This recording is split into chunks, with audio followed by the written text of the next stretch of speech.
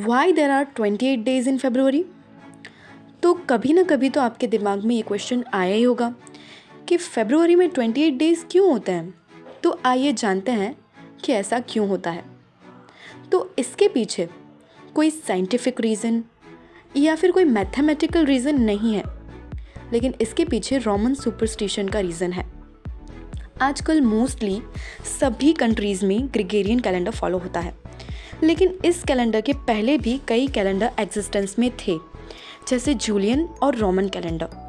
अब जो ये रोमन कैलेंडर है उसमें सिर्फ 10 मंथ्स हुआ करते थे, जो कि 29 और 31 डेज़ के थे, जो कि टोटली लूनर साइकिल पर डिपेंडेंट थे, यानी कि वो टोटली चांद पर डिपेंडेंट थे। 2 महीने सिंपली अननेम थे और इस वक्त के दौरान किसी भी तरह की खेती या फिर अच्छा काम नहीं किया जाता था। बाद में रोमन किंग न्यूमा पोम्पिलियस ने 2 महीने ऐड किए और वो थे हमारे जनवरी और फरवरी।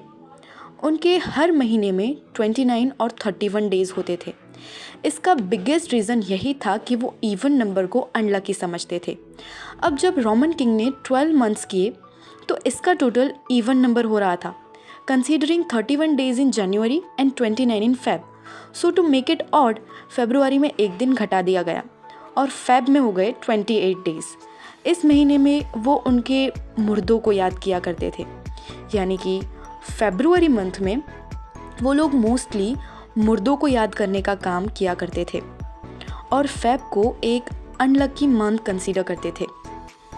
बाद में जूलियस सीजर ने इस कैलेंडर को रीअरेंज किया और 1583 में पॉप ग्रेगरी 14 ने चेंजेस किए, जिससे हमारा ग्रेगोरियन कैलेंडर बना, जिसे आज हम सब जानते हैं और मानते हैं। लेकिन इन सब चेंजेस के बावजूद भी फरवरी में 28 डेज़ ही रहे, एक्सेप्ट लीप ईयर, जो कि हम जानते हैं कि हर 4 साल में लीप ईयर होता है, जिसमें 29 डेज़ होते हैं। और एज़ पर रोमन बिलीव्स फरवरी मंथ लकी हो जाता है। अब वाई लीप ईयर हैपन्स?